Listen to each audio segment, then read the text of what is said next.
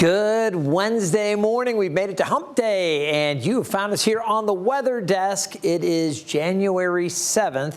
I hope your 2026 is off to a great start. We do today's top weather headlines each and every weekday morning starting at 9 o'clock here from the 13 News Now studios in Southeast Virginia, serving Norfolk, Virginia Beach, all of Hampton Roads, and Northeast North Carolina. I'm meteorologist Craig Moeller. Let's talk about what we're going to get into on today's show. We'll start off with some really sad news out of California. There was a deadly avalanche not far from Tahoe.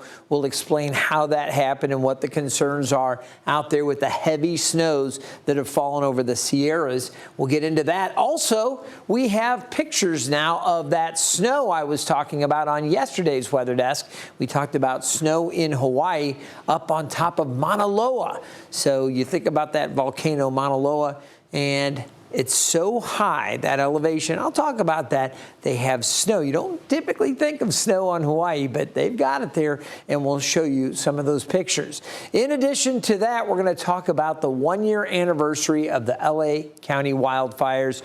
Here we are 1 year later, and we'll have an update on the recovery out across Southern California. There has been progress, but there's also frustrations for some residents in Southern California. So we'll give you an update on that and take a much closer look at how California, and specifically Southern California, is recovering. In addition, we have an interview that we featured with an expert on nor'easters and the potential that climate change may have on how these things behave in the future. Nor'easters, common problem for Hampton Roads. We typically get one or two of these powerful coastal systems. It seems like almost every year. Every once in a while, every so often, every several years, we'll get one that has major impacts on our area. So this is one that if you live in Northeast North Carolina, or if you live along the coast here in Virginia, you definitely want to hear more on this. So we'll update you on that. And FEMA is bracing for some more cuts.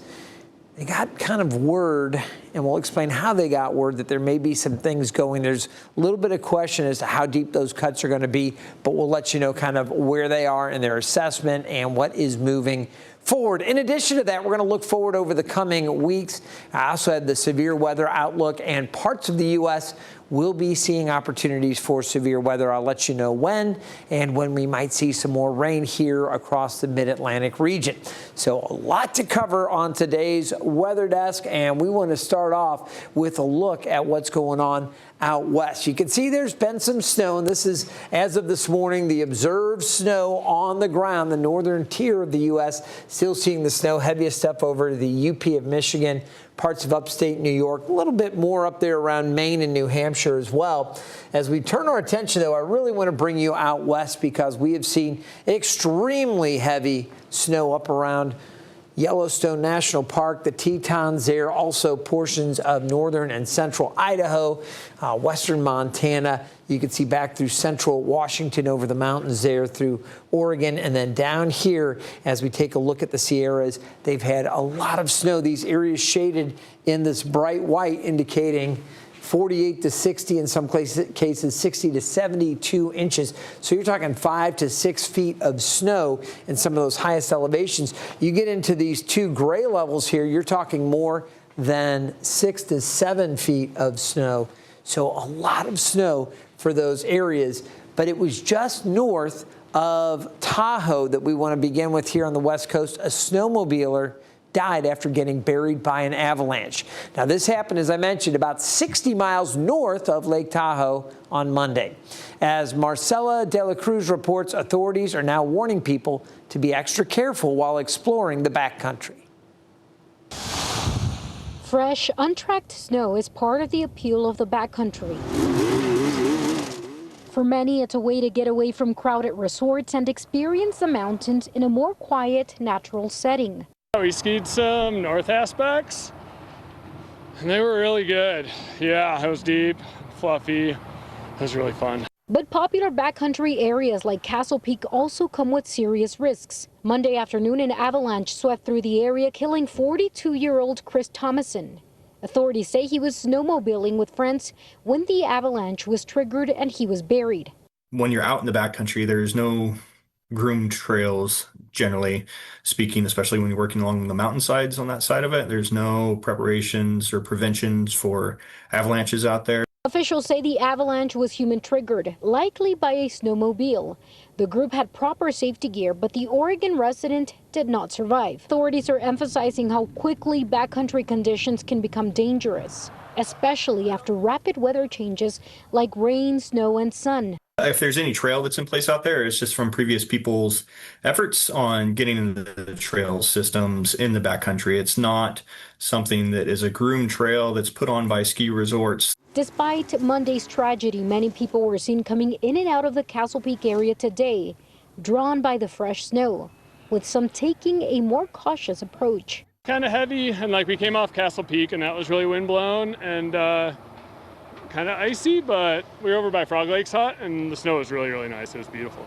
Others say they're adjusting their plans due to avalanche conditions. It was good snow overall. I think we kept it mellow because of the avalanche conditions, and we're conservative in our terrain choices, but the snow was good overall. Longtime skier Matt Davis says careful terrain selection is key. Most avalanches trigger between 30 and 45 degrees, so we kept it below 30, and that's a safe way to manage the terrain and just look out for terrain traps and things like that. So those folks out there that are some of the backcountry skiers in particular, they are pretty adept to seeing and understanding what those risks are. I lived out in Salt Lake City. I worked for KUTV out there back in the mid-90s, and there'd be telemark skiers that could also get into trouble backcountry skiing where they don't have avalanche control. And it's just one of those things where folks really need to use a lot of extra caution. It sounds like, again, the snowmobilers in that group there in the Sierras had equipment, but still, obviously, it can be extremely dangerous and, in this case, deadly. So just a reminder that folks need to use extra caution while getting backcountry out west. We're going to turn our attention farther west, believe it or not. We're going to go out to the 50th state, and you see Hawaii here. We'll take a look at the Big Island and a couple of volcanoes. We talk about Kilauea a lot, but how about Mauna Loa? Well, have you ever heard about snow falling in Hawaii? I know you think of the palm trees and the beautiful weather. Well, it turns out it is possible, but not the way we're used to it here in Virginia. I want you to take a look at this. All right, this was Monday. About 8 inches of snow blanketed the summit of Mauna Loa, which is the largest active volcano on Earth. It covers half of the island, the Big Island of Hawaii, and has an elevation of 13,680 feet. That's higher than any of the elevations in 44 of the U.S. states. So think about that. Very, very high mountaintop there, that volcano. And according to the U.S. Geological Survey, Mauna Loa's first well-documented eruption happened back in 1843. Since then, the volcano has erupted 34 times with intervals ranging from months to decades. Mauna Loa last erupted in 2022. So you see Mauna Loa here. Let's take a look at Kilauea. This is the one that has been very, very busy. Let's take you live over the Kilauea right now. This is just after 4 a.m. there. Since December 2023, Kilauea has erupted 39 times, most recently just a couple weeks ago. Now, again, that's a live picture, and you can see some of the vents there and a little bit of lava there, but we're not in an eruption right now. All right, while we just had one a couple weeks ago, it was on Christmas Eve, and we had pictures of that event. Scientists are now predicting the next eruption could happen between January 8th, that's tomorrow, and the 13th, and you can bet we'll be keeping a close eye to Kilauea and let you know if anything's going on there. All right, we're going to come back to the lower 48 and specifically focus on L.A. This week marks 1 year since the wildfires tore across Southern California, forever changing the landscape and lives for residents there in L.A. County. The Palisades and Eaton fires sparked on the same day, scorching more than 37,000 acres and destroying more than 16,000 buildings. 31 people died. ABC's Sophie Flay returned to the burn site 1 year later, finding some progress and frustration. This morning, there are signs of progress in Southern California after the costliest wildfires in U.S. history. 1 year ago today, the Eaton Fire in Altadena and the Palisades Fire in Los Angeles destroyed thousands of homes and took 31 lives. Wind gusts of nearly 100 miles per hour carried flames into communities. Take a look at this. The flames moving so fast. And this is what a lot of this area looks like. Areas now look like this, empty lots. More than 16,000 structures were flattened. One man has been charged with sparking the Palisades fire, which started as another fire days before. Despite efforts to put it out, that fire was still burning underground and exploded in size. LA's new fire chief addressing that on Tuesday. There were clearly significant shortcomings in our response as a department. The department has new protocols and tools, including drone technology, to prevent a similar disaster. But as authorities adapt, some residents are still reeling. I never thought that I'd be standing here saying that my house is no longer standing. The whole year was a lot of different steps to try to get to being able to move back in. Across the region, only a fraction of homes have begun to be rebuilt, a process described as complex and exhausting. This homeowner, a 16-year Palisades resident, has decided to rebuild, but is looking for more accountability. I want my neighbors who can come back the least to still come home. And I think the only way they can do it truly is if the state and city live up to their responsibility towards the citizens. LA's mayor says she's inspired by the pace of rebuilding. She says more than 400 homes are now under construction. Sophie Flay, ABC News, New York. Thank you, Sophie. All right, we're going to take a very quick break, and when we come back in just 2 minutes, Hampton Roads is no stranger to nor'easters. We're going to hear from an expert on how climate change could impact how and where these storms form, and FEMA is bracing for more cuts. We'll have more on that after the break.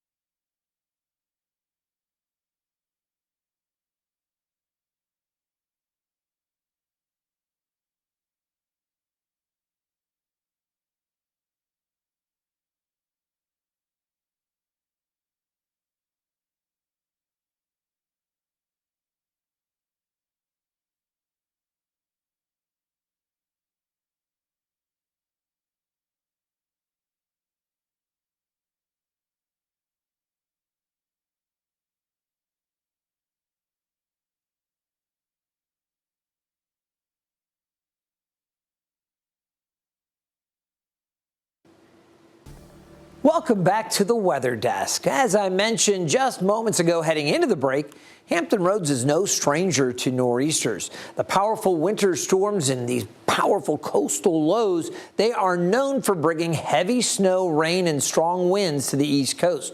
This week, our Live Impact News team got a chance to interview an expert on nor'easters. Dr. Matthew Barlow with the University of Massachusetts Lowell has taken a look at how climate change could impact those systems. Here's a clip from that interview yesterday with meteorologist Evan Stewart. Looking back now, how do we think that the changing climate impacted, say, a storm like Sandy or or even the perfect storm, which I know that was quite a ways, or quite a while ago, but certainly different than what we saw with like our Ash Wednesday storm in the 1960s. Yeah, I think that's a really interesting question. One take on that is what would those storms look like if they happen now? And I think that they would be more intense and cause even more damage than they did in a warmer climate. The rainfall rates would probably be higher. We know that sea level is also rising along the coast, which makes coastal flooding easier. So I think that any of those historical storms, if they happen again, and really it's a question of when the next big storm is going to happen. I think when that next big storm happens, it's going to be even more intense than what we've seen previously. And I think people do have a little bit of a tendency to forget exactly how much damage these storms can really cause, especially along the coast. Right, and I think something that is difficult for us as the local meteorologist to explain to viewers when we say, oh, well, with Superstorm Sandy, our tide level hit 6.81, or the Ash Wednesday storm, it hit a different level. But that's when the base level was a lot lower. Now we've got, several inches on top of that. So a similar storm would have higher tides because our baseline is higher. Yeah, I think that's exactly right. And I think the local meteorologists are doing the hero's work here in terms of communicating to the public. But I think that is a challenge, that how things have happened in the past are not that great a prediction of how things are going to happen in the future. They're changing underneath us. Again, you can catch that full interview right here on 13 News Now Plus, or you can check it out on YouTube as well. By the way, the next live impact news stream starts at 10 a.m. with Eugene Daniels. So check that out on 13 News Now Plus. Lots of great stuff going on there. All right, you're taking a look here nationally at the radar, and we're going to talk about the severe weather outlook in just a moment. But before we get to that, the Federal Emergency Management Agency, or FEMA, is once again bracing for cuts to its workforce. According to an internal email sent just before Christmas, FEMA could reduce its staff by 50% before October, which comes out to around 11,000 jobs. However, a FEMA spokesperson later released a statement saying the 50% target was included in error and it is not an approved figure. Right now, FEMA is working to identify which jobs are essential and which positions could be eliminated.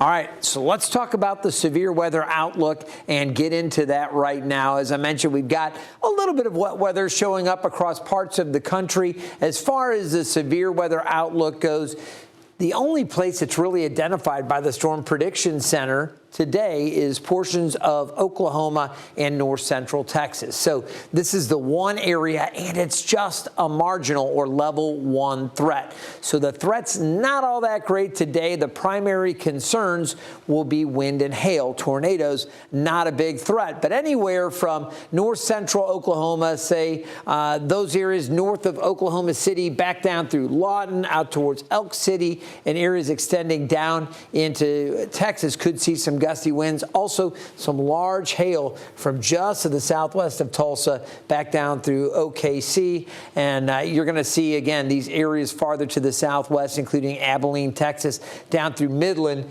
on the edge here for potential large hail or gusty winds. So those will be the threats today. Tornadoes, not a big threat today. That's going to change tomorrow, though. Take a look at the expanded area. This is your Thursday severe weather outlook. Still just a level 1 or marginal threat. So it's not that great, but folks will definitely need to monitor storm development from the St. Louis metro area and central Illinois back out to areas south of Kansas City and just south of Wichita, again through Oklahoma City, just to the north and east of Dallas, and it includes the Memphis area as well. How about the threats for tomorrow? Well, you see the wind field. Again, that will be the greatest concern will be gusty winds, straight line winds, and outflow. In addition, the western part of that area kind of outlooked for severe weather has the potential for some large hail here as well. So especially eastern Texas, Oklahoma, and the extreme southern part of Kansas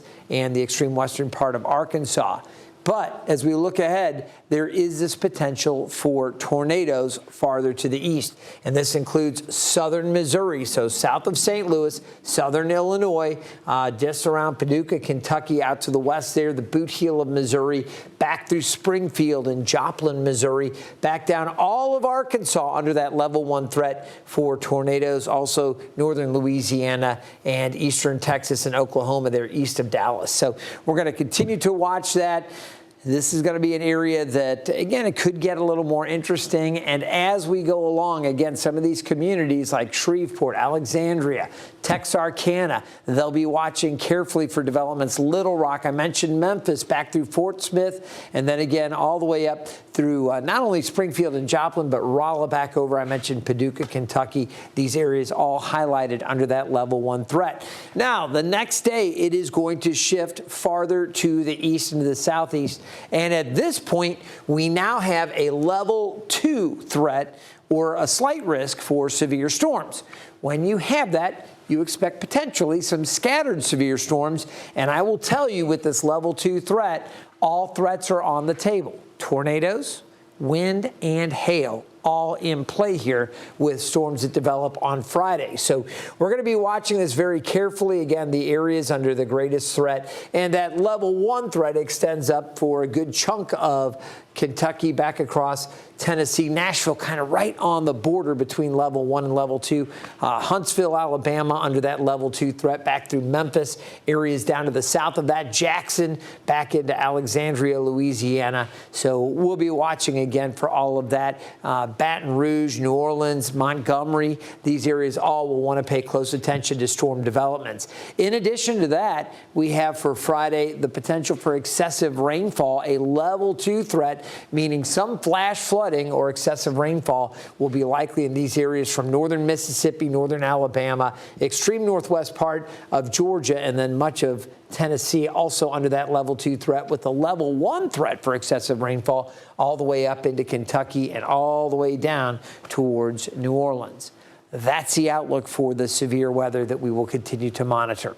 So I mentioned we've got some wet weather out there. Nothing severe today, nothing too crazy going on right now. You can see snow back across Montana. We've got some light snow over portions of Idaho, some more rain and snow, kind of showery working into the Pacific Northwest, and some rain across Northern California. Down south, LA's quiet for the moment. There are some showers offshore, but I think they're okay. Southern portions of Arizona seeing a little bit of wet weather right now. For the northeast U.S., snow flying across Maine, back into New Hampshire. You can see Vermont, southern Vermont, picking up a little bit of that snow as well. Some mix and snow, some rain areas back across western Massachusetts, parts of Connecticut, even Rhode Island picking up a few sprinkles there. We've got more wet weather and some unsettled weather back across portions of New York State. Looks like a little maybe lake effect coming in here right now off of Lake Erie and potentially across Lake Ontario as well. As far as the outlook goes, I wanted to get into this. Here's, again, the European taking a look at the coming week. So we've got the wet weather out there this morning. You see how this storm system tracks along. So now you're seeing that severe weather threat that we were just out looking for tomorrow and into Friday. That system cranking along. It'll be this area that we're watching as we go through the day on Thursday. And then by Friday, the main area of low pressure well off to the north, but there's going to be this frontal boundary, pretty healthy front that is going to come into play, and that will likely trigger some of those stronger storms for Friday. That's why they've got that level 2 threat there. Some snow is more likely southern parts of Colorado into northern New Mexico, maybe around the panhandles of Texas and Oklahoma, and a little unsettled for the Pacific Northwest, but high pressure building in here is going to keep much of the West Coast dry as we go Friday and into Saturday. Now, Saturday, we get another system kind of moving along here. This thing still in control, bringing chances for showers to our area as we go, especially later Saturday into Sunday. Behind that system, colder air cranks in to get The Sunday afternoon temperatures tumbling, and into Monday it will be much, much cooler here in the mid-Atlantic. But you can see high pressure takes over then, and we will enjoy some more sunshine, not only here in Hampton Roads, but across much of the country. Pretty quiet. It looks like Monday, though, there'll be more rain streaming into the northwest, and that continues to be a problem for the Pacific Northwest. So that's our outlook going through the following 6 days or so. Looking ahead, yesterday we made it up to 65 here in Norfolk. We're normally at 51, so it was a warm day yesterday. No rain yesterday for the year. We haven't had anything, so right now, we're just about 2/3 of an inch below average in Norfolk. We do have rain chances, though, over the coming week. So we've seen the past couple of days a little warmer. That's a trend that will continue. Tomorrow will be closer to average, but it's going to be warm again today. It's warm again Friday into Saturday. In fact, flirting with record highs as we get into Saturday. And then on Sunday, much cooler air to start early next week. We'll get into that. As I mentioned, it is dry right now and will continue to be dry for the next day or two. Now, as we go forward, you see the cooler weather tomorrow, back close to average, around 51, back up to near 70 as we get into Friday and Saturday, maybe some low 70s there, and then that next cool push of air. I will say, as you look out 8 to 14 days, here's the national picture, drier than normal conditions expected, and they need that dry time out west. They've had too much rain. Dry here in the southeast. This is from the 15th through the 21st of January. Wetter than normal for the northern tier and the southern parts of Texas as well. So a few areas maybe down around Miami, a few extra showers down that way. But you see the dry weather out west and in the southeast U.S. All right, as we take a look at the temperature outlook, while we do have that cooler push of air coming up next week, once you get beyond that 7-day outlook and really out towards that 8 to 14 day, we're expecting another warm up coming. Temperatures right now are in the mid-50s around Chesapeake, Virginia Beach, and Norfolk. So we are already well above average, and we are headed for those highs today up into the mid to upper 60s. You see the sun shining. This is up at the Air and Space Center, our Thompson Creek Window Company Skyview. Love this, overlooking the Hampton River and back out towards the Chesapeake Bay there, or the James River, I should say, looking out in that direction. Just some high, thin clouds. The sun is shining. Thompson Creek Window Company Skyviews providing some great looks at the region. 56 at the airport with the west-southwest winds, 12 miles per hour. Pressure is rising for now. Out on the bay, we have west to northwest winds today. Some occasional gusts to near 20 knots. A little breezy out there. The wave's only 1 to 2 feet. And the water temperature in the bay is 41. This time of year, we really pay close attention to the water temperatures because that really influences and impacts our coastal temps relative to the conditions we see inland. So with afternoon highs, you find those beach temperatures sometimes a little cooler due to the relatively cool water just offshore. And then in the overnights, when you have temperatures inland dropping down into the 20s and 30s, it's kept a bit warmer with those marine kind of temperatures coming in a little bit just off the water. So that's why we always share these water temperatures. For the ocean, that water temperature is now at 47 degrees. Seas offshore, 3 to 4 feet, occasionally a 5 or 6 footer, not out of the question. So not a terrible day out there, but you'll see a few waves from time to time. All right, off to the north, we've got the snow flying for our area. We're looking at sunshine today. There's this frontal boundary just off to the north. This is going to slide through, and that is why we go from upper 60s today back to the low 50s tomorrow. Cooler weather behind the front, but keep in mind the bigger changes are coming up as we go past the weekend and into early next week. Radar sweep and clear right now. Skies are mostly sunny. It's going to be really nice into the afternoon. Mid to upper 60s to near 70 farther inland. As you look ahead, you're going to find the temperatures dropping tomorrow morning back into the mid 40s, so a little bit cooler tomorrow than we were today. Temperatures in the upper 30s inland. And then tomorrow afternoon, you see those temperatures staying in the low 50s with the winds coming in off those cool coastal waters. After that, after a cool day on Thursday, we're going to warm it back up. We'll get into Friday, and you can see the temperatures will be warming back into the upper 60s to low 70s across the region. There's a look across the south side off to the north. Again, a little cooler to the eastern shore, but just a beautiful day. Here's a quick look at the 7-day forecast. And again, you'll see the temperatures dipping, then warmer through the weekend, rain late Saturday into early Sunday. That's going to do it for this edition of the Weather Desk. Thanks so much for spending the last half hour with us. We'll see you next time.